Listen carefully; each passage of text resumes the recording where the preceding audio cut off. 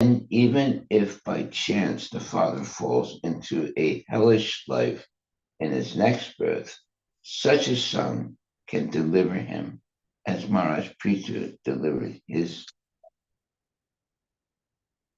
Text 47.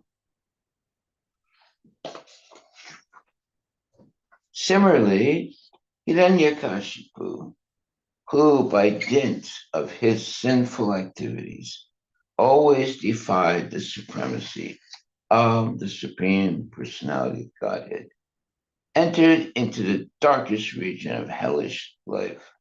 But by the grace of his great son, Prahlad Maharaj, he also was delivered and went back home, back to Godhead. Purport by His Divine Grace, A.C. Bhaktivedanta Swami Prabhupada. When Prahlada Maharaja was offered benediction by Nrsingadev, due to his great devotion and tolerance, he refused to accept any benediction from the Lord, thinking that such an acceptance was not befitting a sincere devotee. The rendering of service to the Supreme Personality of Godhead in expectation of a good result is depreciated, no, deprecated, excuse me, uh, in expectation of a good reward is deprecated by Prahlada Maharaj as mercantile business, as in other words, the business of a sense gratifier. Because Prahlad Maharaj was a Vaishnava, he did not ask a benediction for his personal self, but was very affectionate toward his father. Although his father tortured him and would have killed him had he himself been had not been killed by the Supreme Personality of Godhead, Prahlada Maharaj begged pardon for him from the Lord. This favor was immediately granted by the Lord, and Hiranyakashipu was delivered from the darkest region of hellish life. And he returned back home, back to Godhead, by the grace of his son, Prahlada Maharaja, was the topmost example of a Vaishnava who is always passionate towards sinful persons suffering a hellish lifestyle within this material world. Krishna is therefore known as Paradukha Dukhi, Kripam Buddhi, or one who is compassionate towards others, suffering, and who is an ocean of mercy. Like Prahlad Maharaja, all pure devotees of the Lord come to this material world with full compassion to deliver the sinful.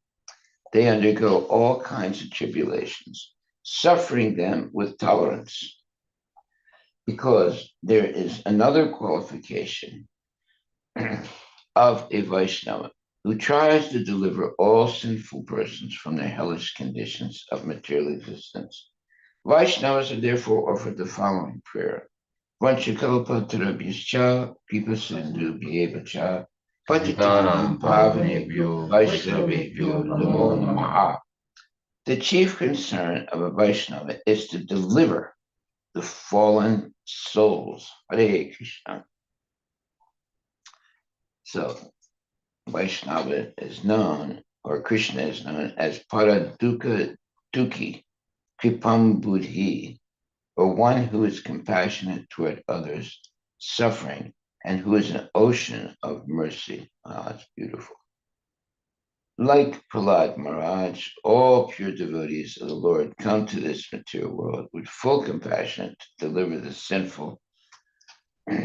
They undergo all kinds of tribulations, suffering them with tolerance, because that is another qualification of a Krishna conscious, qualification of a Vaishnava who tries to deliver all sinful persons from the hellish conditions of material existence. Vaishnavas are therefore offered the following prayer. Vaishnakalpatarabhyascha kripasindhubhyevacha patitana pavane. Vaishnavibhyo namo namaha. The chief concern of a Vaishnava is to deliver the fallen souls. Haribol, very good. Text 48. All the saintly brahmanas thus address Prita Maharaja, O best of the warriors, O father of this globe. May you be blessed with a long life, for you have great devotion to the infallible Supreme Personality of Godhead, who is the master of all the universe. Purport by Srila Prabhupada. Prita Maharaj was blessed by the saintly persons present at the meeting to have a long life because of his unflinching faith and his devotion to the Supreme Personality of Godhead. Although one's duration of life is limited in years, if by chance one becomes a devotee, he surpasses the duration prescribed for his life. Indeed, sometimes yogis die according to their wish, not according to the laws of material nature. Another feature of a devotee is that he lives forever because of his infallible devotion to the Lord. It is said, Kirtir yasya sa jivati. One who leaves a good reputation behind him lives forever. Specifically, one who is reputed as a devotee of the Lord undoubtedly lives forever. When Lord Chaitanya Mahaprabhu was talking with Ramananda Raya, Sri Chaitanya Mahaprabhu inquired, what is the greatest reputation? Ramananda Raya replied that a person who is reputed as a great devotee has the greatest reputation. For a devotee not only lives forever in the Vaikuntha planets, but by his reputation, he also lives forever within this material world. Well, that is Srila Prabhupada. Yes. Wonderful. It's everything is written in Srimad Bhagavatam, but still. Text 49. The audience continued. Dear King Prita, your reputation is the purest of all, for you are preaching the glories of the most glorified of all, the Supreme Personality of Godhead, the Lord of the Brahmanas. Since, due to our great fortune, we have you as our master, we think that we are living directly under the agency of the Lord. Purport by Srila Prabhupada. The citizens declared that through being under the protection of Maharaj Prithu, they were directly under the protection of the Supreme Personality of Godhead.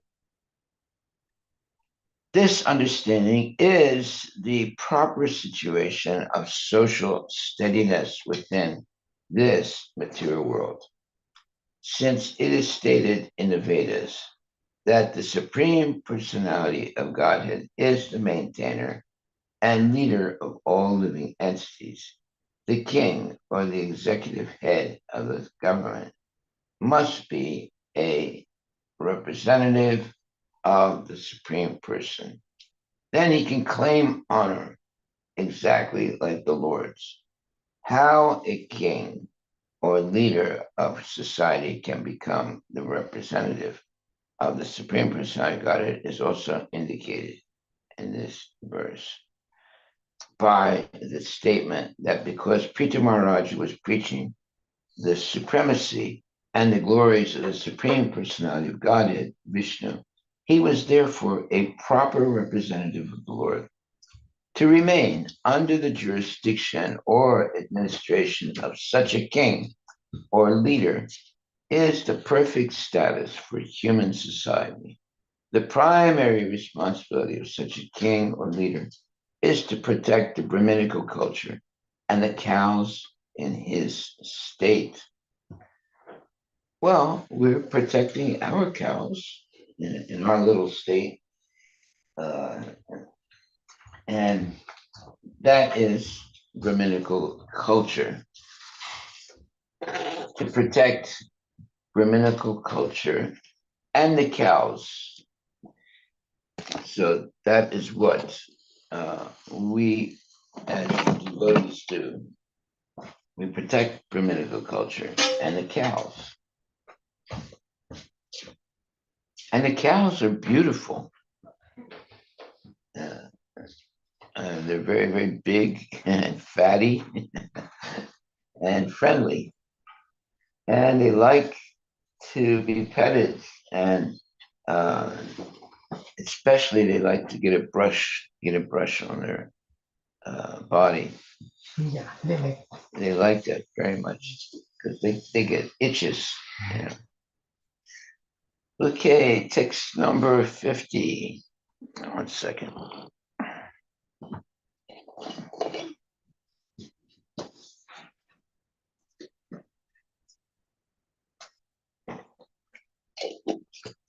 Text number 50. Our dear Lord, it is your occupational duty to rule over your citizens. That is not a very wonderful task for a personality like you, who are so affectionate in seeing to the interests of the citizens, because you are full of mercy. That is the greatness of your character. Well, this is the explanation of a genuine devotee leader. It might be a leader in the Krishna consciousness movement, or it could be the king of the whole world. And that's why it says here, our dear Lord, it is your occupational duty to rule over your citizens. Okay. That is not a very wonderful task for a personality like you, who are so affectionate in seeing to the interests of the citizens, because you are full of mercy. That is the greatness of your character.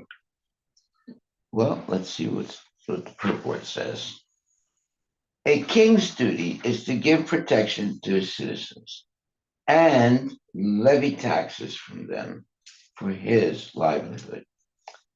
Since the Vedic society is divided into 4 classes of men, the Brahmanas, Kshatriyas, Vaishyas, and Shudras, their means of livelihood are also mentioned in the scriptures.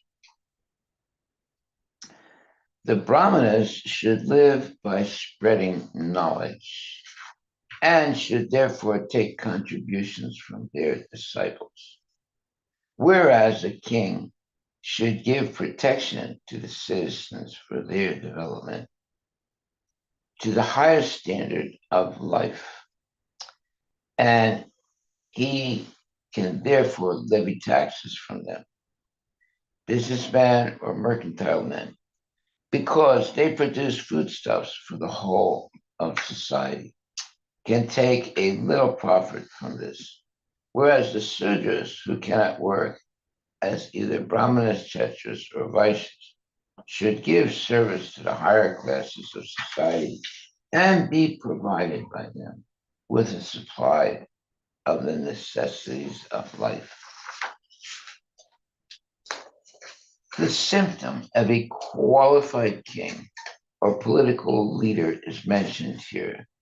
He must be very merciful and compassionate to the people and see to their prime interest, which is to become elevated devotees of the Supreme Personality of God. Great souls are naturally inclined to do good to others, and a Vaishnava especially is the most compassionate and merciful personality in society. Therefore, we offer our respects to a Vaishnava leader as follows. Vanchakalpatarabhyascha kipasindhu bhyevacha patitanam pavanebhyo Vaishnavebhyo namo namaha. Only a Vaishnava leader can fulfill all the desires of the people. Vanchakalpataru. Yes. And he is compassionate because he is the contributor of the greatest benefit to human society. He is Patita Pavana, the deliverer of all fallen souls, because if the king or head of the government follows in the footsteps of the Brahmanas and Vaishnavas, who are naturally leaders in missionary work, the Vaishyas will also follow in the footsteps of the Vaishnavas and Brahmanas, and the Sudras will give them service. Thus, the entire society becomes a perfect human institution for combined progress to the highest perfection of life. Well, look at that word, combined progress. That means that all the members of society are able to make spiritual advancement. That means that the leader is bona fide devotee. Thus, the entire society becomes a perfect human institution for combined progress to the highest perfection of life. That's a very nice statement by Srila Prabhupada. But people must have these qualities, and they develop these qualities by associating with genuine devotees. The citizens continued. Today, you have opened our eyes and revealed how to cross to the other side of the ocean of darkness. By our past deeds and by the arrangement of superior authority, we are entangled in a network of fruitive activities and have lost sight of the destination of life. Thus, we have been wandering within the universe. Purport by Srila Prabhupada. In this verse, the words karma bir daiva samgnitai are very significant. Due to the quality of our actions, we come to the association of the modes of material nature. And by superior arrangement, we are given a chance to enjoy the fruitive results of such activities in different types of bodies. In this way, having lost sight of their destinations in life, all living entities are wandering in different species throughout the universe, sometimes getting birth in a lower species, and sometimes existing in higher planetary systems. Thus, we are all wandering since time immemorial. It is by the grace of the spiritual master and the Supreme Personality of Godhead that we get the clue of devotional service. And thus, progressive success is our life, in our life begins. Here, this is admitted by the citizens of King Prithu in full consciousness. They admit the benefit they have derived from the activities of Maharaja Prithu. Wow. That means Maharaj Prithu is a real devotee, king. And everyone in his kingdom is satisfied because of his, what you would call, transcendental activities. That's why it says, it is by the grace of the spiritual master and the Supreme Personality of Godhead that we get the clue of devotional service and thus progress, and thus progressive success in our life begins. Here, this is admitted by the citizens of King Prithu. In full consciousness, they admit the benefit they have derived from the activities of Maharaj Prithu. So I like this statement, progressive success in our life. Mm.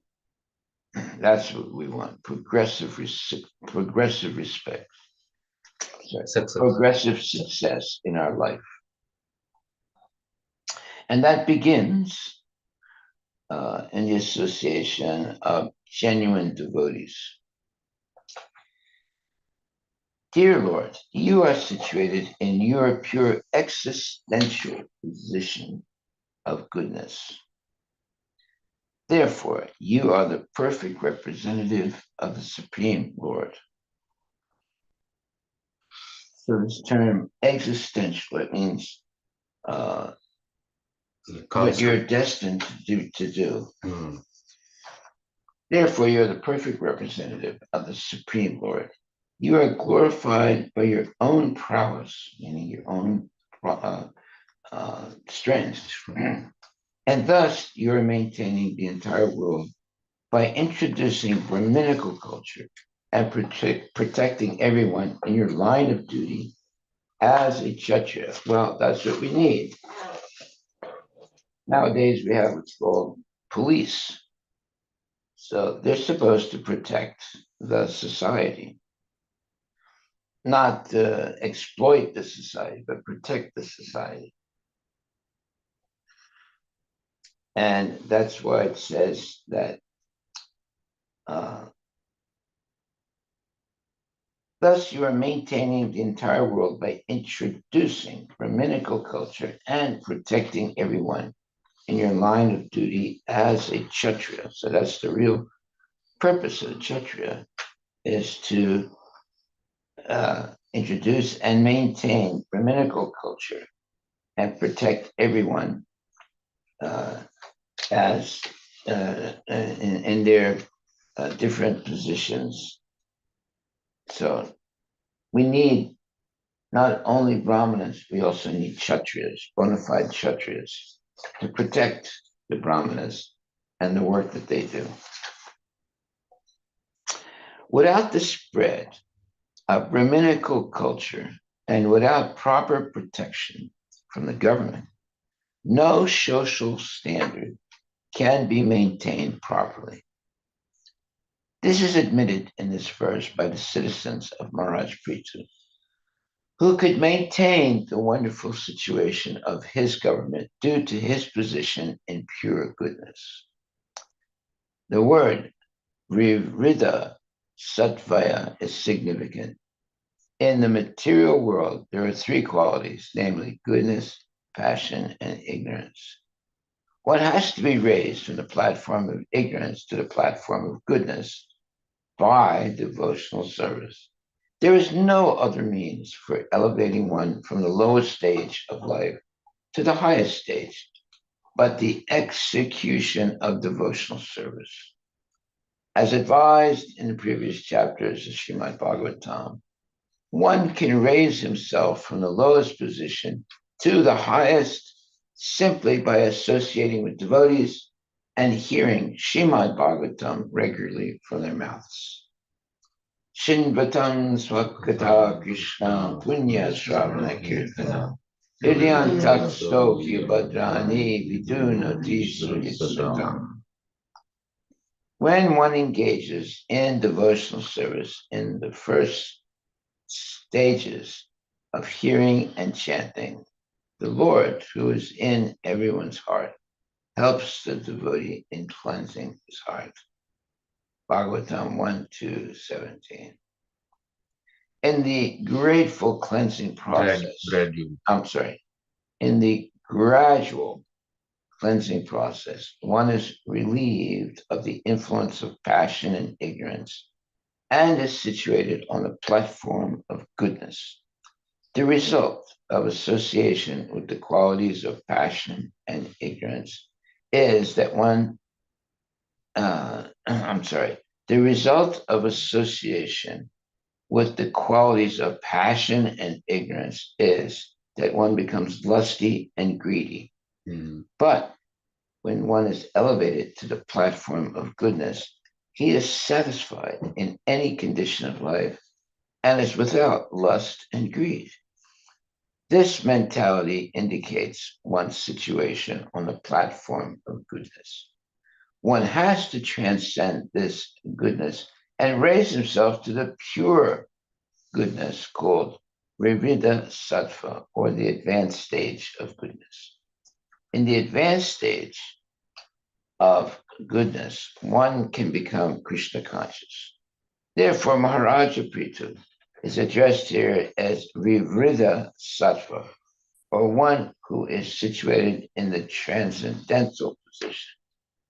But Maharaj Prithu, although situated in the transcendental position of a pure devotee, came down to the position of Brahmana and Kshatriya for the benefit of human society, and thus gave protection to the entire world by his personal prowess.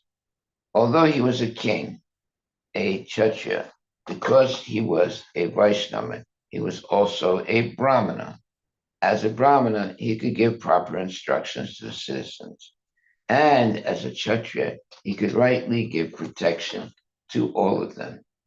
Thus, the citizens of Maharaja Prithu were protected in all respects by the perfect king. Thus end the Bhakti Vedanta purports of the fourth canto, 25th chapter of the Srimad Bhagavatam, entitled Instructions by Maharaja Prithu. So, in an ideal society, there are Brahmanas and there are Kshatriyas to protect the Brahmanas. You have to have Kshatriyas who will who have the power to protect the common people in all situations. Without that protection, society deteriorates into chaos, and people are very unhappy because they're not protected properly. It's like a child that is living alone away from the family. That child is not going to be protected properly. So therefore, the men and women in the society have to respect Brahmanas and follow the wisdom. Shinvata Swakata Krishna Punya Shravana Kirtana Hidyantaksto Hi Bhadrani Vidunoti Satam.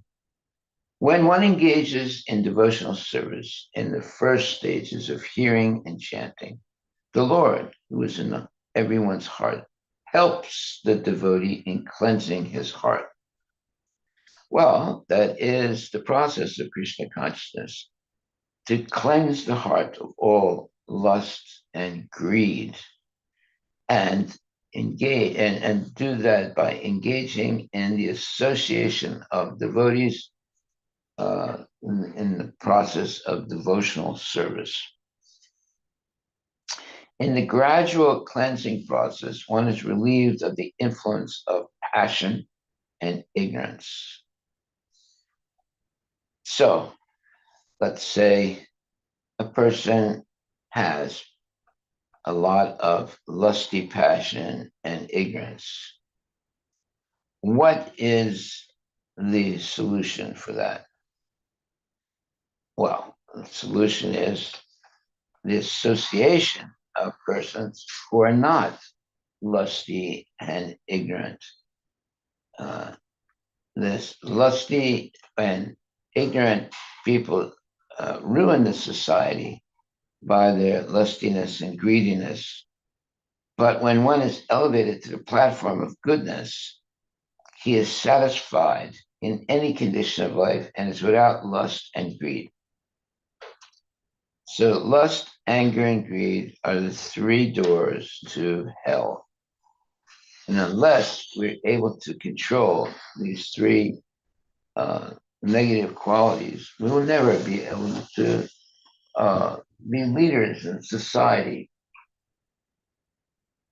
The leader is not only powerful, but he also is able to control his lust and greed,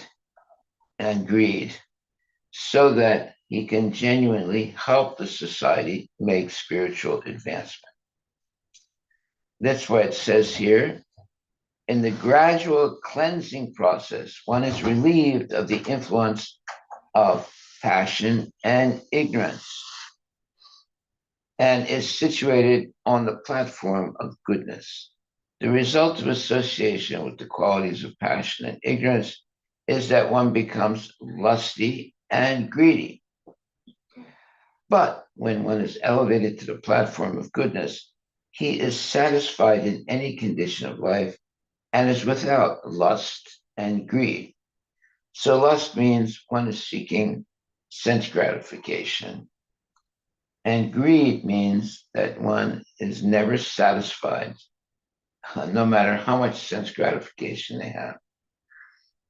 So, those are two very, very bad qualities, and one must overcome their lust and greed to be genuine leaders of society. Today, most of the leaders are lusty and greedy, and that's why there is chaos in society. This mentality indicates one's situation on the platform of goodness. Well, what mentality we're talking about? One who is elevated to the platform of goodness and is satisfied in any condition of life and is without lust and greed. This mentality indicates one's situation on the platform of goodness.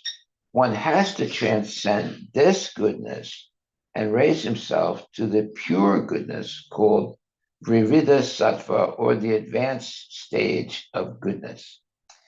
In the advanced stage of goodness, one can become Krishna conscious.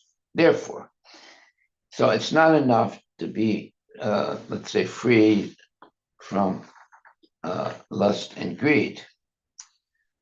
One also has to become a genuine devotee and be engaged in devotional service.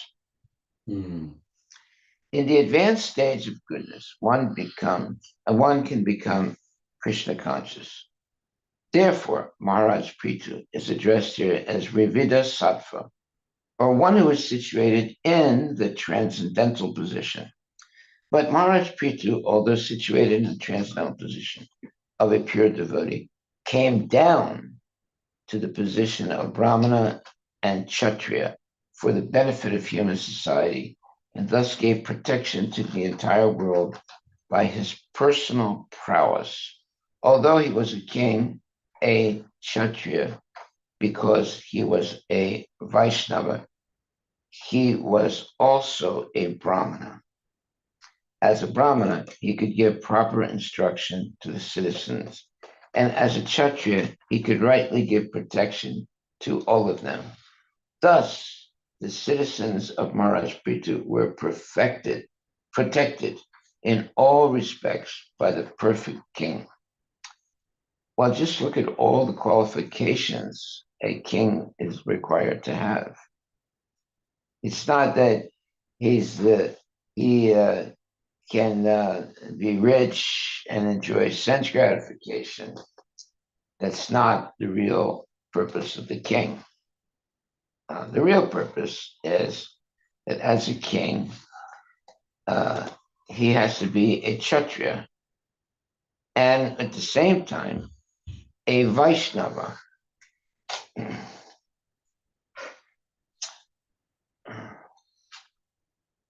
And also have the quality of a Brahmana. Then he can give proper instruction to the citizens. And as a Kshatriya, he could rightly give protection to all of them. Thus, the citizens of Maharaj Prithu were protected in all respects by the perfect king. Well, there should be a school that educates young men to become perfect kings, right? Not to be perfect sense gratifiers. The king can control his senses and his mind, have respect for the Brahmanas and Vaishnavas and give protection above all to the general populace. This way, Chinvata Swakata Krishna Punya Shravana Kirtana Hridyantakstu Vajrani Vidunoti Srit Satam. When one engages in devotional service in the first stages of hearing and chanting, the Lord, who is in everyone's heart, helps the devotee in cleansing his heart. So this is a very wonderful verse. Now, Krishna is in the heart of every living entity, right? But many people in society do not realize this. And so they are not making any devotional service. So, but in the first stages of hearing and chanting, one begins to make devotional progress and understand that the Lord is in everyone's heart. And this helps the devotee in cleansing his heart. Yes, by realizing that Krishna is in the heart of every living entity, the devotee begins this process of cleansing the heart of lust, anger, and greed. Therefore, this verse, Srinvata Swakata Krishna, is very nice because when one engages in devotional service in the first stages of hearing and chanting, the Lord, who is in everyone's heart, helps the devotee in cleansing his heart. Mm-hmm. So this is the process of Krishna consciousness. And it's a gradual cleansing process by which one is relieved of the influence of passion and ignorance and is situated on a platform of goodness. So this is what Krishna consciousness is meant to do. Mm-hmm. Help people come to the platform of goodness and be able to control passion and ignorance. The result of association with the qualities of passion and ignorance is that one becomes lusty and greedy. But when one is elevated to the platform of goodness, he is satisfied in any condition of life and is without lust and greed. Lust means that he wants sense gratification, and greed means that he's never satisfied in any condition. This mentality indicates that one's situation is on the platform of goodness. One has to transcend this goodness and raise himself to the pure goodness called Vivrita Sattva, or the advanced stage of goodness. In the advanced stage of goodness, one can become Krishna conscious. Therefore, Maharaj Prithu is addressed here as Vivrita Sattva, or one who is situated in the transcendental position. But Maharaj Prithu, although situated in the transcendental position of a pure devotee, came down to the position of Brahmana and Kshatriya for the benefit of human society, and thus gave protection to the entire world by his personal prowess. Why does it say came down to the position of Brahmana and Kshatriya? Well, if one is in the transcendental level of goodness, it's very difficult for such a person to be a leader in society. He can lead by example, but he has to be also practical and be capable of protecting the society. If he's in a transcendental position, he sees all people equally, but he will not be able to protect the society in that consciousness because he sees everyone equally, and But a genuine king, he must be able to see those persons who are corrupt and to correct them or punish them, and also protect the good citizens in the society.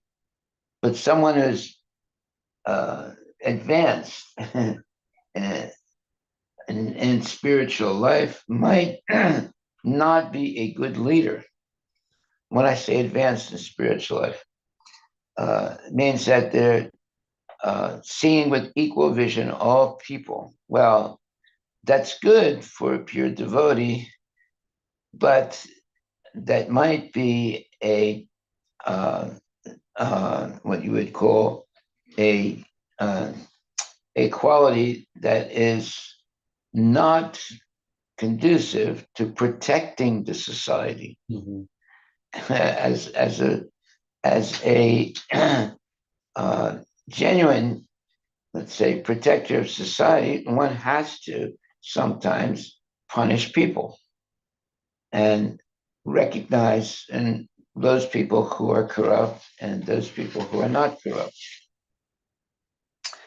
However, a pure devotee might see everybody equally and not be able to protect the general population because of his, let's say, highly advanced situation of seeing everyone equally.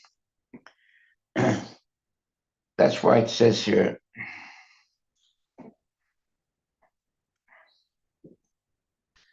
but Maharaj Prithu, although situated in the transcendental position of a pure devotee, came down to the position of Brahmana and Kshatriya for the benefit of human society, and thus gave protection to the entire world by his personal prowess. So that is a very profound statement. Why does someone have to come down to the position of Brahmana and Kshatriya? Well, a real king has to protect the praja, or the persons in society. But if he sees everyone equally, he might not be able to punish the evil people in the society, and therefore you won't be able to protect the good people in the society. So therefore it says here, but Maharaj Prithu, although situated in the transcendental position of a pure devotee, came down to the position of Brahmana and Kshatriya for the benefit of human society, and thus gave protection to the entire world by his prowess, by his personal prowess. Although he was a king, a Kshatriya, because he was a Vaishnava, he was also a Brahmana. As a Brahmana, he could give proper instruction to the citizens, and as a Kshatriya, he could rightly give protection to all of them. Thus, the citizens of Maharaj Prithu were protected in all respects by the perfect king. Okay, so uh, not only uh, as a Brahmana, he could give proper instruction to the citizens. And as a Kshatriya, he could rightly give protection to all of them. So this is where, what was his name? No. This is where Gandhi failed. Oh. Yeah. He could not, he didn't, he was a coward, but he was acting as if he was the leader of society. But he could not really protect the people. So he was not able to, well, what was he doing? He would go, whenever there's problems, he would go and pray. Well, Sometimes you have to go and fight also as a real king. You just can't pray all the time. Or hunger strike. Yeah. Yeah, it would go and go on a hunger strike. So one time there was a rat that fell into a well, right? So all the brahmanas came and they said all these different mantras, right? And after they said all the mantras, they left. And then one man said, well, now all the mantras are over, but who's going to go down into the well and pick up the rats? So sometimes simply saying the mantras is not enough. There has to be something else also. So therefore, that's why uh, the Gandhi failed because he was a coward. He wanted to be a leader of society, but he was a coward. You can't be a coward. You have to be also ready to fight and protect the people sometimes. So he failed and he caused the death of millions of people. You know, it's amazing that he and in the end he was assassinated by a uh, by a Hindu, not by the Muslims. The Hindu gentleman killed him because he was just completely wishy-washy all the time. You know, couldn't make a and he was being controlled by the minorities. Yeah. See, that's what happens when a person is not a real Kshatriya leader. He gets assassinated. Do you, Maharaja? Yes. Do you know the name of the Hindu assassinated assassinate Prudu Maharaj? Do you know the Hindu name? No, not Prudu Maharaj. Maharaj is referring to Gandhi, the Mahatma Gandhi. Oh, that Gandhi. Yeah, I thought Prudu Maharaj. No, no.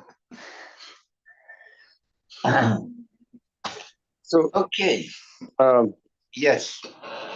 so Maharaj, so you mentioned that, you read that Prithu Maharaj had to come down from the level of being see everyone the same way, down to Kshatriya, so that he could protect his citizens, right?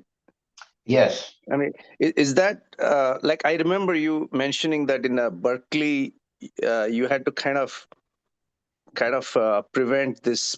There's a certain group which had alternative lifestyle, and you had to kind of not let them take over the temple. And so, is that similar, like where you could have seen them as a equal sort of devotee, but you discovered that they had these other tendencies? So you kind of, I remember you mentioning that there was certain. Well, the leader of a society cannot be a wimp and not make hard decisions of how to protect the people that are depending on him for protection. So, yeah, to be a leader and have nice prasadam and have nice living condition and so forth, that doesn't come cheaply. You have to also protect the people, right? And that means that sometimes there are evil people that enter into the society and they have to be dealt with. You can't ignore the fact that these evil people have complete, let's say, Different agenda. ability to exploit the people. They have to be dealt with, and they are, let's say, evil, and they are committing different types of crimes. And if the king or the leader of society cannot control these dacoits, then he's not a leader. And that was the condition of Gandhi. He was a leader, but he was a coward. So he can't be a real leader. And the British, they really understood Gandhi. In other words, amongst he dressed like a sadhu,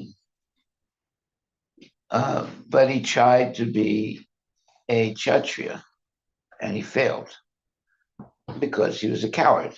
A Kshatriya cannot be a coward. He's got to be ready to die if necessary to protect the people. What do you mean coward? A coward. What do you mean? Coward means? Somebody who is not brave enough to make tough decisions. Oh, okay. Coward. Okay, got it. And not brave. Yeah, he was not. He actually, Gandhi was controlled by what was the guy's name? Nehru? No, Jinnah. Jinnah. Yeah, Yeah, He's a Muslim Muhammad guy. Ali Yeah. Jinnah. yeah. Jinnah Outwitted him. outwitted him. Yeah, and therefore, to stop that, Gandhi was assassinated by a Hindu, because the Hindu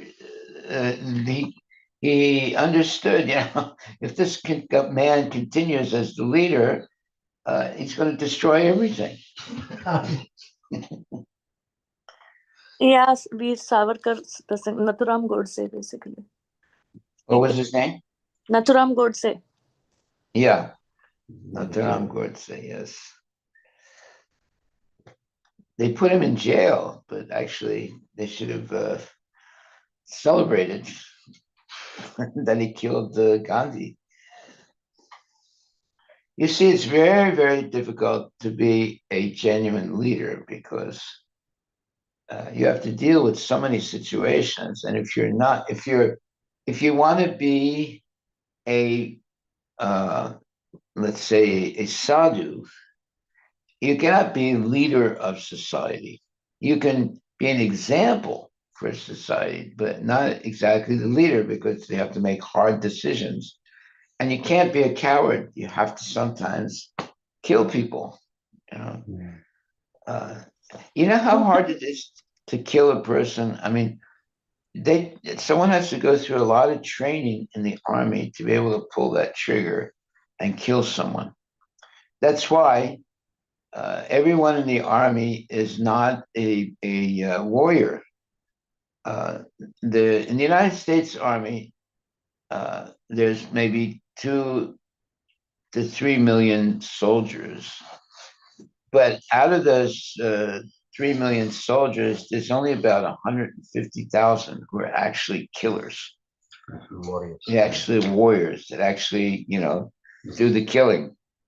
Most people just are supporting them, because it's not easy to be to kill. I mean, you have to be able to pull the trigger, and some people can't do that. You have to be trained to do that. And So, also, Maharaj, yeah, do you know the perfect leader in Kali Yuga? yeah. Jinnah was able to control Gandhi.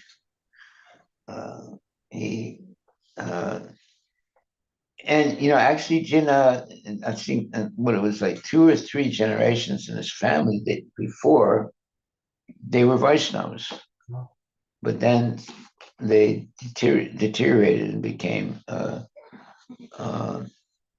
do you call them?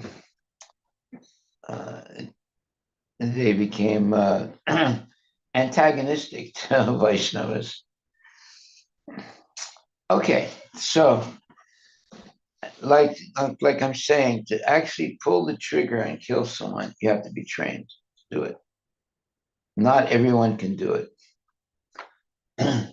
Therefore, there are Kshatriyas. They are trained, and they're allowed to go and hunt and kill animals as part of their training. In fact, even sometimes they had to go and fight with tigers without guns, just with their arms and their body. Those are really like the top level Kshatriyas. They can kill a wild animal with their bare hands. Nowadays, the Kshatriyas, so-called Kshatriyas, they go out with big guns to kill rabbits. It scares the heck out of the rabbits. When a rabbit feels as if it's in danger, he just freezes. He doesn't try and hide. He just freezes. Uh, and these hunters, they come with these big guns to kill rabbits. But no, you have to, if you want to be a Kshatriya, you have to be able to kill a lion with your bare hands, or at least be able to pull the trigger on the lion, right? And by the way, it's very scary to try and kill a lion, because the lion is not going to give up easily. And even to hear the growling of the lion is enough to scare anybody. So to stand your position and pull the trigger when the lion is running after you, very difficult, very, very difficult. And the same way, if there's a severe fighting going on, very few people can stand and shoot and try and protect the citizens. A lot of people just run away. Yeah. Hare Krishna. All glories to Srila Prabhupada. Yeah. So our takeaway, and it says here about Maharaj Prithu, although situated in the transcendental position of a pure devotee, came down to the position of Brahmana and Kshatriya for the benefit of human society, and thus gave protection to the entire world by his personal prowess or personal power. Although he was a king, a Kshatriya, because he was a Vaishnava, he was also a Brahmana. As a Brahmana, he could give proper instruction to the citizens. And as a Kshatriya, he could rightly give protection to all of them. Thus, the citizens of Maharaj Prithu were protected in all respects by the perfect king. So if you can only be a Brahmana, then you're not going to be able to protect the society. You have to be a Brahmana to give proper instruction as citizens, but also as a Kshatriya, one can rightly give protection to the society. So that was Maharaj Prithu. Although he was situated in a transcendental position of a pure devotee, he came down to the position of Brahmana and Kshatriya for the benefit of human society, and thus gave protection to the entire world by his personal prowess. Although he was a king, a Kshatriya, because he was a Vaishnava, he was also a Brahmana. As a Brahmana, he could give proper instructions to the citizens. And as a Kshatriya, he could rightly give protection to all of them. Thus, the citizens of Maharaj Prithu were protected in all respects by the perfect king. So Gandhi was not a perfect king. That's why he was assassinated. Although his whole, let's say, life, he was talking about nonviolence. But nonviolence is actually not good if you're a king. You have to be violent to protect the people. And he was not a good king. So he should not have pretended to be a king or a ruler. He should have been a sadhu, right? So he dressed like a sadhu, but he acted like a politician, and that's why he was assassinated. Yeah, the Britishers used to say he was the saint among the politicians and the politician among the saints. Yeah, that was the He British. did satyagraha. He did ahimsa. He is doing like peace leader, but Yeah, I mean, only through Shastra you will probably get the full complete picture. Otherwise, you will get to, I mean, because he didn't have a proper bona fide guru, right, Maharaj?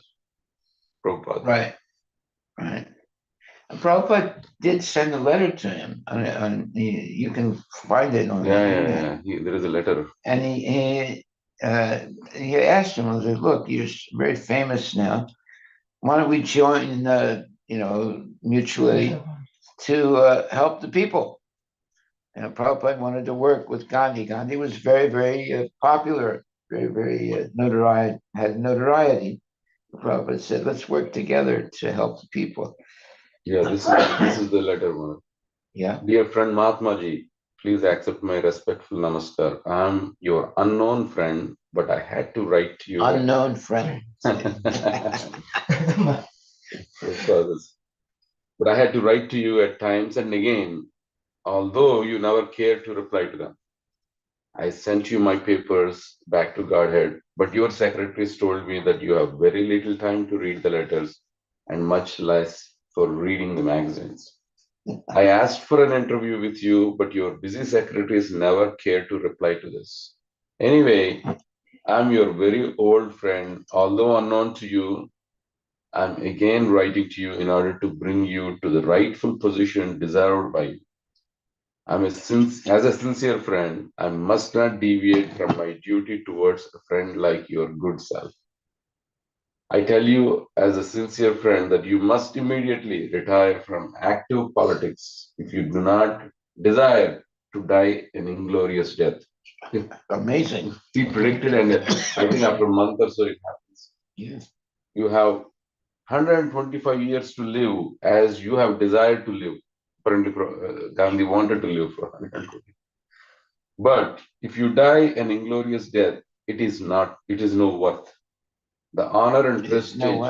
It's no It is no worth. It's like if you die an inglorious death, all that life is not worth. Useless. The honor and prestige that you have obtained during the course of your present lifetime were not possible to be obtained by anyone else within the living memory. But you must know that all these honors and prestiges were false, inasmuch as they were created by the illusory energy of Godhead called the Maya. By this falsity, I do not mean to say that your so many friends were false to you, nor you were false to them. By this falsity, I mean illusion, or in other words, the false friendship and honors obtained thereby were but creation of Maya, and therefore they always are temporary or false, as you may call it. But none of you, neither your friends nor yourself, knew this truth.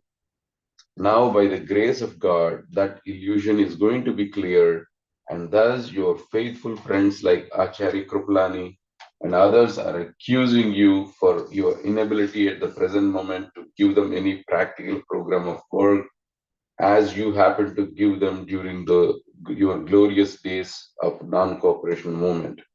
So if you are also in plight to find out proper solution for your present political tangle created by your opponents.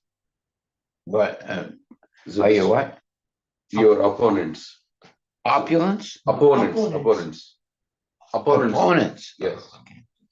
You should therefore take note of a warning from your insignificant friend like me that unless you retire timely from politics and engage yourself 100% in the preaching work of Bhagavad Gita, which is the real function of the Mahatmas, you shall have to meet with such inglorious deaths as Mussolini, Hitler, Rojos, Churchill's, Lloyd George's met with. You can very easily understand as to how some of your political enemies in the garb of friends, both Indian and English, have deliberately cheated you and have broken your heart by doing the same mischief for which you have struggled so hard for so many years. You wanted chiefly Hindu-Muslim unity in India, and they have tactfully managed to undo your work by creation of Pakistan and India separately. You wanted freedom for India, but they have given permanent dependence of India. You wanted to do something for the upliftment of the position of Banjis, but they're still rotting as Banjis, even though you are living in the Banji colony. They are all, therefore, illusions, and when these things will be presented to you as they are, you must consider them as God sent. God has favored you for dissipating the illusion you were hovering in, and by the same illusion you were nursing those ideas as truth, because He has written my experiments with truth. Yeah. You must know that you are in the relative world, which is called by the sages as Dvaita or dual. Nothing and nothing is absolute here. Your ahimsa is always followed by himsa. As as the light is followed by darkness. Our Father is followed by Son. Nothing is absolute in this absolute dual world.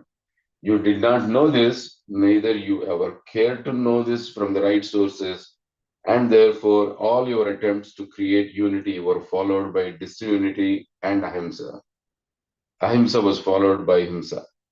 But it is better late than never. You must know now something about the absolute truth. The truth with which you have been experimenting so long is relative. The relative truths are creations of the Daivi Maya, qualified by the three modes of the material nature. They are all insurmountable as explained in Bhagavad Gita 7.14. The absolute truth is the absolute Godhead.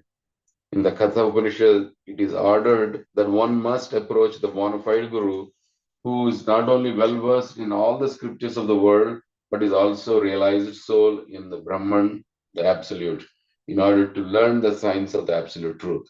So also it is instructed in Bhagavad Gita as follows.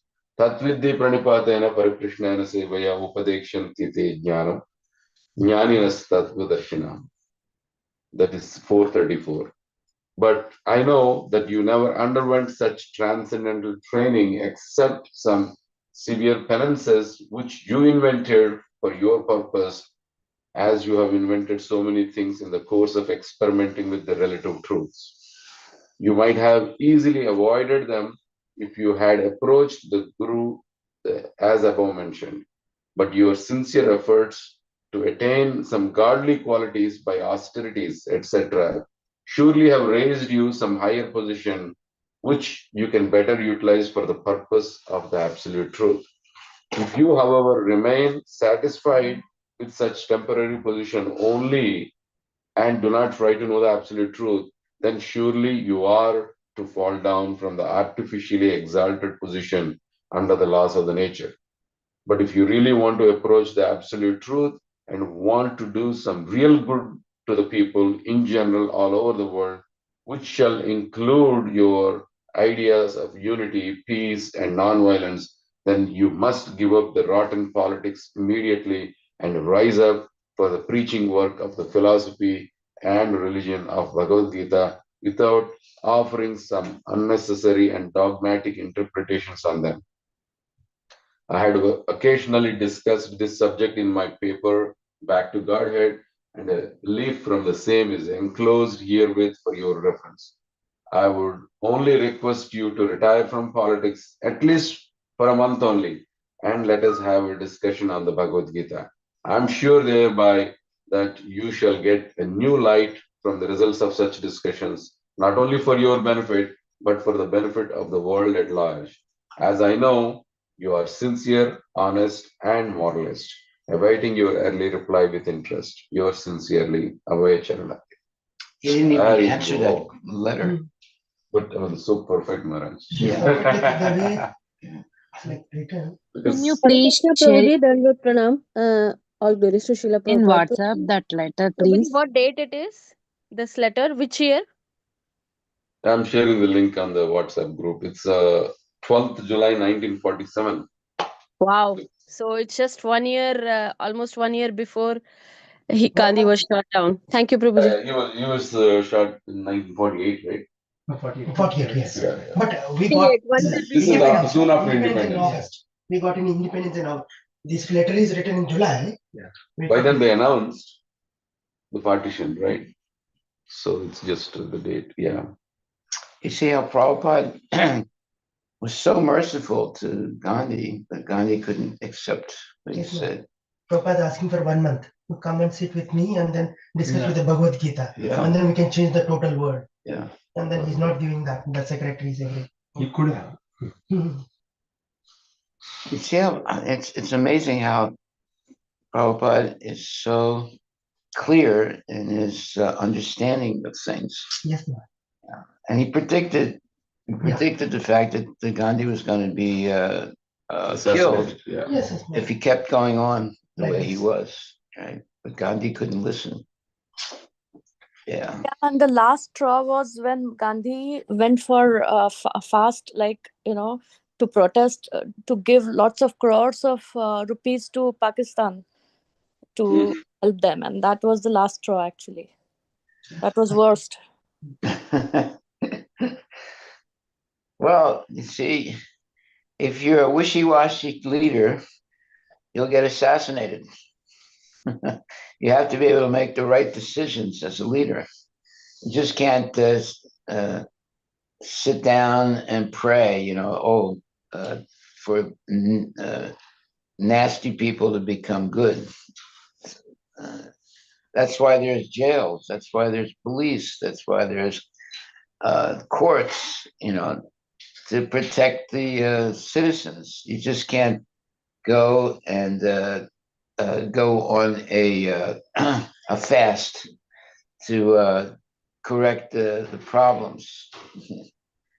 Fasting is not going to solve all problems. But he thought, Gandhi thought by fasting, he could stop people from killing each other. It's not going to happen like that. That's the whole point. I mean, Gandhi was basically a wimp. He's not a Kshatriya. He was not capable of actually fighting. He thought that he could simply pray or not even pray, go on a fast. Begging.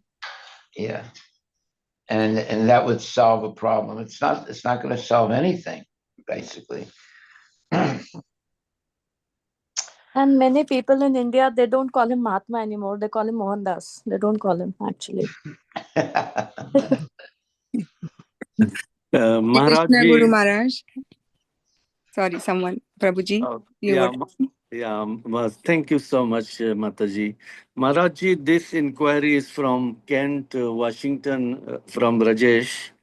And your lectures have been so full of clarity and information that it's so easy for us to digest and listen to. Very interesting. Thank you so much for that. And I just thought to ask your comment. Mahatma Gandhi was a good human being, but not a good Hindu. Your comment, Maharajji. It has nothing to do with being a Hindu. You have to be a devotee and be genuine and have a guru. Who was Gandhi's guru? Did he have Nobody. it? Huh? No. I don't think he had any guru. All right. He's a lawyer. Yeah, the law books. Therefore, you don't have the right to be a leader of society. You have to have a bona fide guru. Just like Prabhupada. Prabhupada had a bona fide guru, Bhaktisiddhanta Saraswati Thakur. And he was following the instructions of his guru. Gandhi, he dressed like a sadhu, but he didn't act like a real sadhu. Right? He did all kinds of crazy things, sleeping in the same bed with a woman, naked, things like that. Crazy things that he did to prove that he was, aloof from illicit sex and things like that. But that's not the way you prove it. The way you prove it is that you don't have intimate relationship with women. It's not that you can sleep naked with the woman and not have sex. So what that he did that? That doesn't mean that he's a pure devotee. A pure devotee would never do anything like that. So Gandhi was just basically doing whatever he thought, whatever came into his mind, but he did not have a bona fide guru. That's why he failed. And you see, the letter that Prabhupada wrote him was the advice of a genuine guru to a person like Gandhi. And Gandhi was too puffed up to accept Prabhupada's advice. And what happened? Basically, Prabhupada, intimidated, and the Prabhupada explained more or less that he would be assassinated if he continued on the path that he was on, and that's exactly what happened. Hare Krishna Maharaj. So, yes, ChatGPT had said that Mahatma Gandhi had a guru, and his name was Srimad Raj Chandra, or he was known as Rai Chand Bhai or Kavir Raj Chandra. Gandhi met him in 1891. Okay. When was he assassinated? When was who assassinated, Maharaj? Gandhi. When was he assassinated? He met his guru in 1891. 1948, 30th January. Okay, so how many years is that between his accepting guru and his being assassinated? What I'm trying to say is that, he might have accepted a guru, but he didn't really follow the instructions of a bona fide guru. So why he didn't get a chance to read Bhagavad Gita, Mahatma Gandhi? He interpreted Bhagavad Gita. He has a version of Bhagavad Gita. He wrote his carried- own Bhagavad Gita. He wrote it, I think, he wrote his own Bhagavad Gita or his own interpretation of it. Yeah. Hare Krishna Guru Maharaj. Yeah. All glories to Srila Prabhupada. Jai Srila Prabhupada ki jai. I know it is late. I have a question other than Gandhi. I'm moving away from Gandhi. I'm sorry. So about cows, what is the connection of cows, Maharaj? From childhood, I have also been worshipping cows in my family as my family tradition, and we call that there are 36,000 gods. They live in cow's body. What is the exact connection, or is there why only cow? Why not other animals? Well, Krishna had cows and he protected them. So that means that a cow is in a very special position. The Supreme Personality of Godhead was a cowherd boy. Mm. So that means that if you follow Krishna's example of protecting cows, you are rightfully situated in life. Instead of eating cows, he protected cows. And that's why he gave an example to the general society that you shouldn't eat cows, you should protect them. And the people that just continue eating cows, that leads to all kinds of miseries. War and all kinds of horrible things happen when you start eating cows. Why they use in medicines like gelatin, like What do you in mean? medicine also they use in medicine like cow gelatin. Gelatin is made with gelatin in the medicine. They put gelatin in the medicine that is related to cow. Gelatin? Gelatin Yeah, is, yeah, gelatin. yeah, gelatin.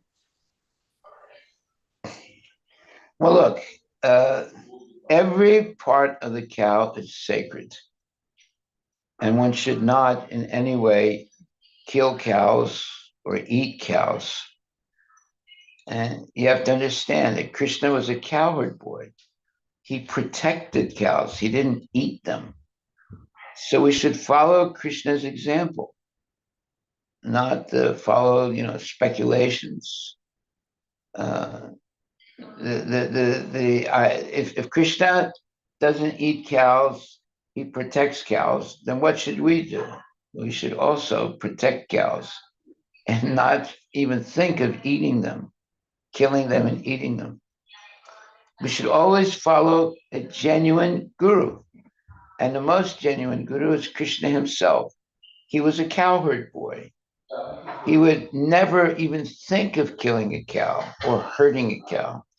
He would take the cows out every day to pasture and play with them all day long and be in their company and then bring them back home again in the evening. That's the Supreme Personality Godhead. Therefore, if that was the life of Lord Krishna, that should be our life also. We should protect cows and we shouldn't eat them. In the case of Gandhi, his problem was that he was a coward. He cannot be a leader of society and be a coward. Because of his cowardice, he caused the death of hundreds and thousands of people because he couldn't make hard decisions. And he was being manipulated by Jinnah and other people. So he was not qualified to be a leader of society. That's why he was assassinated by a Hindu, not by a Muslim. So therefore, one should not act like a leader of society, but at the same time be a coward. One has to be able to make hard decisions as a leader of society. And so you cannot be a sadhu and a politician. It's not possible. It'll just create a lot of havoc. And that's what Gandhi did. He created a lot of havoc and caused the death of hundreds and thousands of Hindus.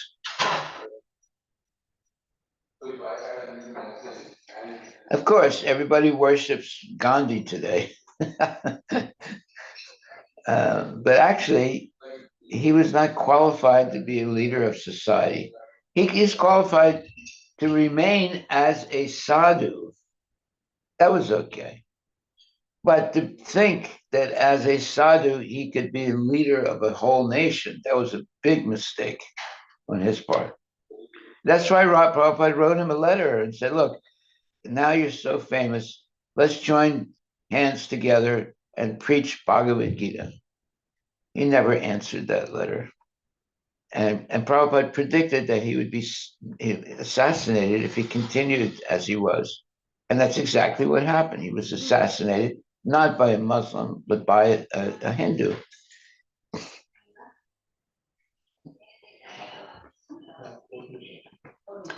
That was the problem with Gandhi. He didn't have a bona fide guru.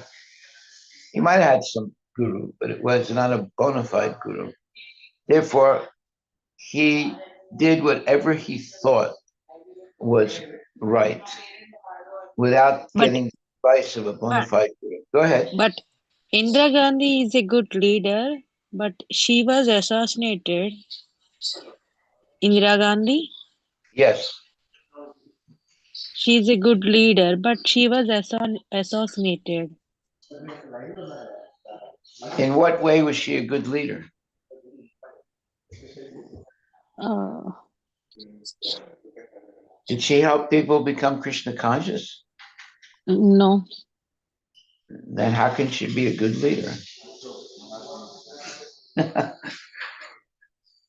Just because, she can do welfare activities, feed the poor, and improve housing, improve this, improve that. But you have to be a good leader. You have to be able to help people uh, develop the qualification to go back to Godhead. That means that you're a good leader.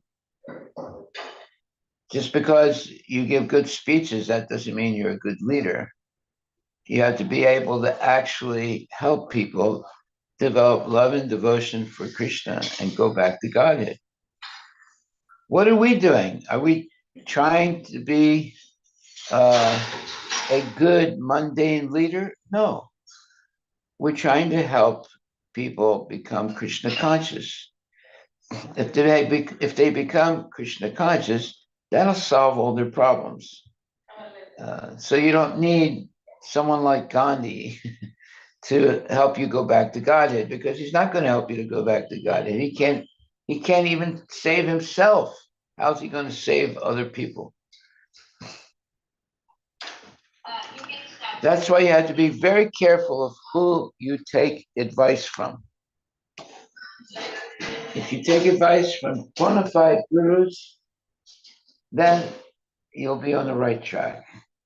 But if you take advice from so-called gurus, it'll be a big mistake. So Gandhi himself, did he have a guru?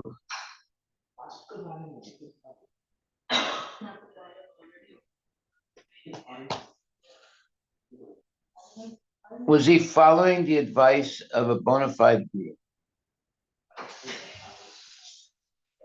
What's I the don't know. answer to that question?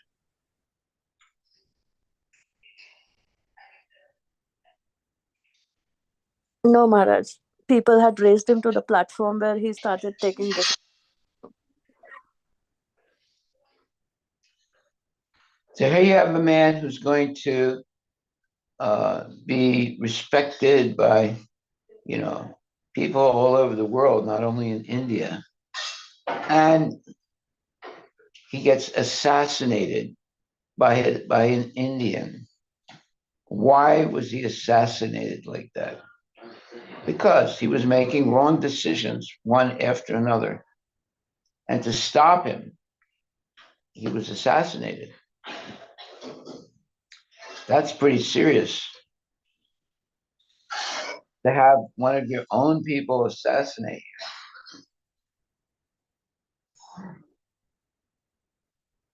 The Srila Prabhupada, nobody tried to assassinate Srila Prabhupada. Of course, there were sometimes some threats to Srila Prabhupada, but he was always protected by Krishna. But the point is that Prabhupada, number one, was not a wimp or a coward. He knew how to make hard decisions and he was not afraid to do that. On the other hand, he was a pure devotee. And as a pure devotee, his number one, let's say, preoccupation was to help other people become pure devotees. Was that Gandhi's, let's say, preoccupation? No, he rubber stamped people as, what do you call them? What was the name of that thing?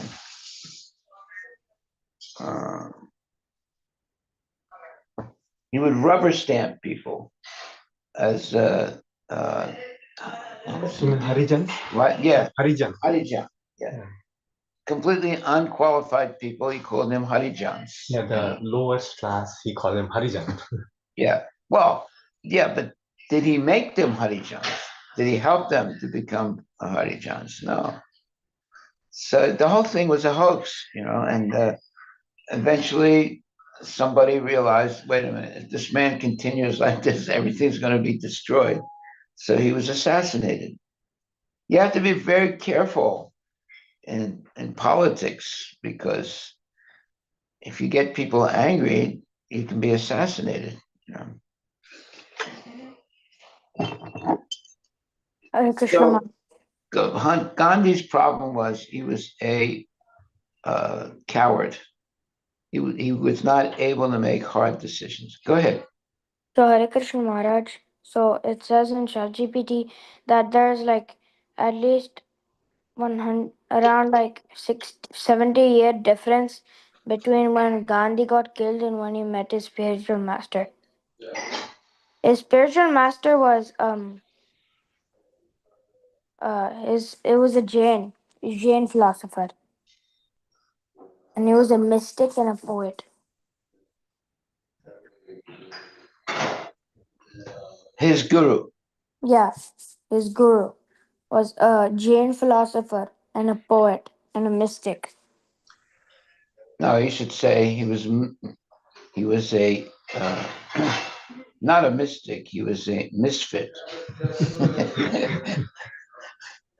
And he didn't give the right instructions to Gandhi.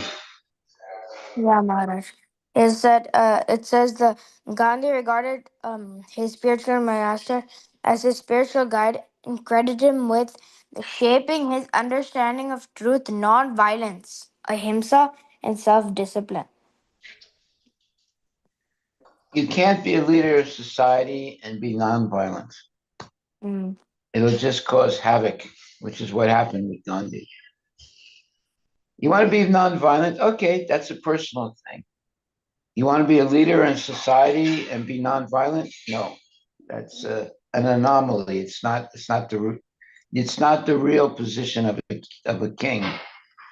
The king has to punish the dacoits, and he has to be able to also arrest people and put them in jail and punish them for mistakes that they make. You don't just go and fast, right? You're not going to stop people being killed by fasting. So that's what he would do whenever there was violence going on in India. He would go there and fast. How is that going to stop the people from being killed?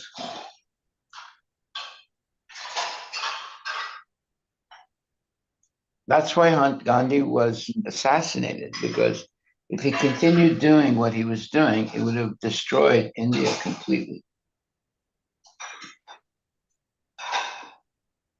Still in currency, he has photo. What's that? His photo. Still in Indian currency rupees, he has a picture on the currency. Gandhi does. Yeah. Gandhi. On the rupee notes of India, they print the Right. Gandhi. Yeah, because he's considered, the father of modern Hinduism. But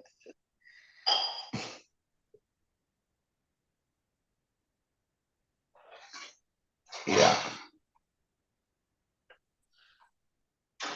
Gandhi was overrated. He was not really on the level. By the way, did any of the genuine sadhus in India join Gandhi's movement? No. They avoided him because they could tell that he didn't know what he was doing. But yet he's considered by the general mass of people as Father of nation. the most famous Hindu. Was he actually a Hindu? Yeah. Just now Abhi said he has a guru of Jain, so Yeah. He was not even a Hindu. I know he's a lawyer. What's that? He Hare is a Krishna lawyer. Maharaj. Hare Krishna Maharaj. Gandhi was probably a Jain. yeah. Okay. You know what Jains do, don't you? They starve themselves to death. Close their mouths, breathing. Yeah, I mean, they fast. They do all kinds of fasting. And eventually, they, by the way, they stay in private places. They don't associate with general society. So if you want to be a real Jain, you have to learn to fast to death almost and stay in private places. So Gandhi was not able to do that.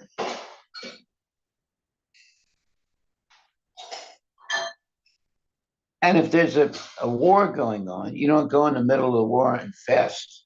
But that's what he would do. Wherever there was fighting going on, he would go into a fast near the fighting to make sure to try and make it stop. But that wouldn't make it stop. So these are all concocted ideas. And the British, they were not afraid of Gandhi. In fact, they were happy that Gandhi was there because they could manipulate him.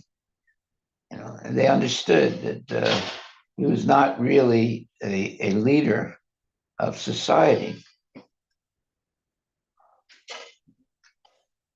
But you have to be careful. You say these things that I'm saying now, Hindus get really upset.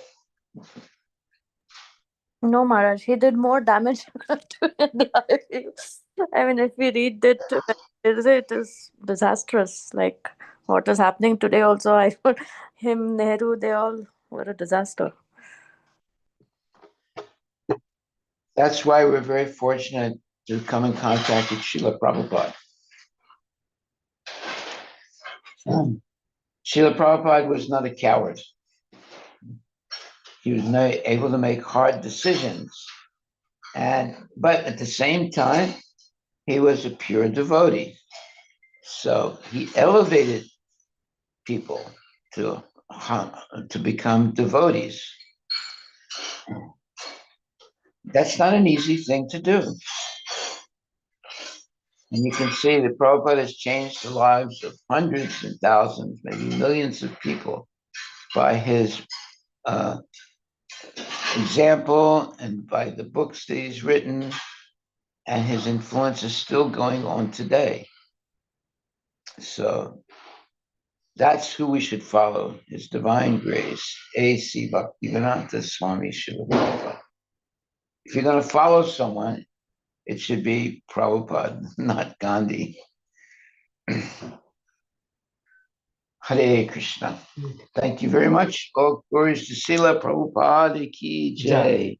He is our savior and our guide, and in every way, our guru, because he's giving us real knowledge and a real example of how to follow that knowledge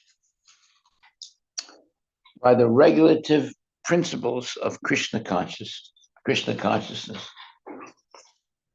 So Prabhupada was a real guru and real leader.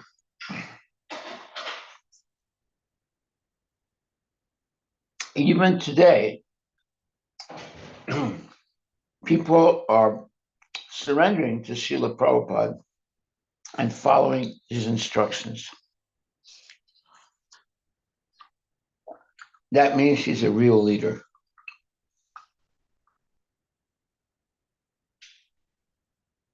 Because he's a pure devotee.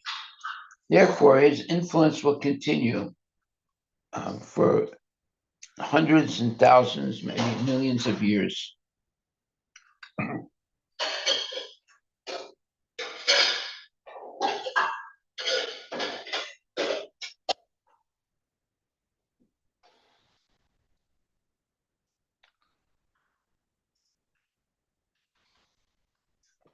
Now, if you look at what we're doing, every day we're reading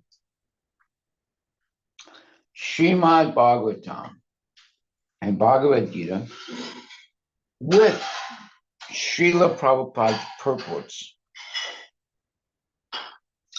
That means in our whole life, we will be connected to Prabhupada.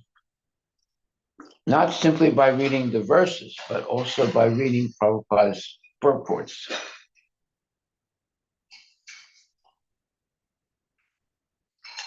And our takeaway today is the following. Prabhupada writes, without spread of Brahminical culture and without proper protection from the government, no social standard can be maintained properly. This is admitted in this verse by the citizens of Maharaj Prithu, who could maintain the wonderful situation of his government due to his position in pure goodness. Okay, well, that's the definition of a real leader. Maharaj Prithu was a real leader because he could maintain the wonderful situation of his government due to his position in pure goodness. There you go. That's our takeaway for today. Hare Krishna. Thank you very much, my dear devotees. Please chant Hare Krishna and be happy. And follow the example of Maharaj Prithu. You want to follow a bona fide devotee, it's Maharaj Prithu, and also it's Srila Prabhupada.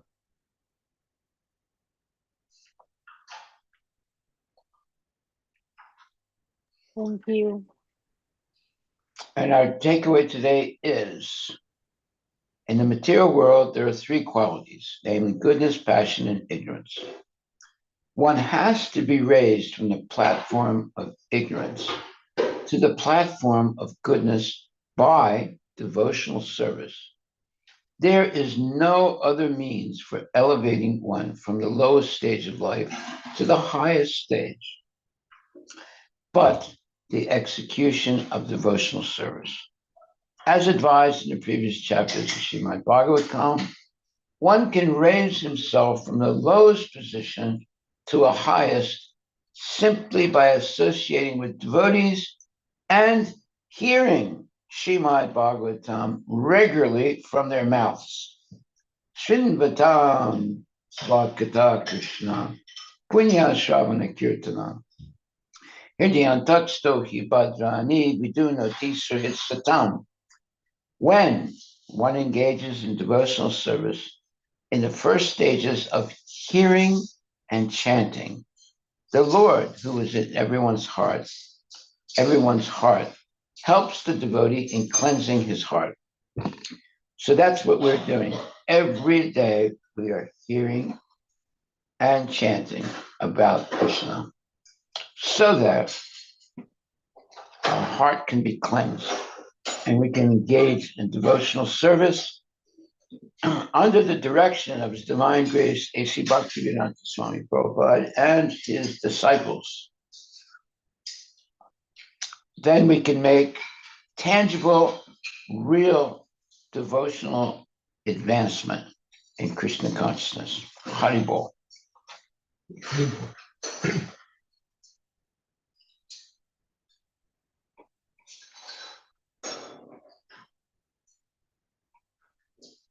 So thank you very much, my devotees, my dear devotees. If there are no other questions, then we will adjourn and pick this up 11 hours from now. All glories to Srila Prabhupada ki jai. Hare Krishna, Krishna Krishna, Hare Hare, Hare Rama, Rama Rama, Hare Hare. Please chant Hare Krishna and be happy.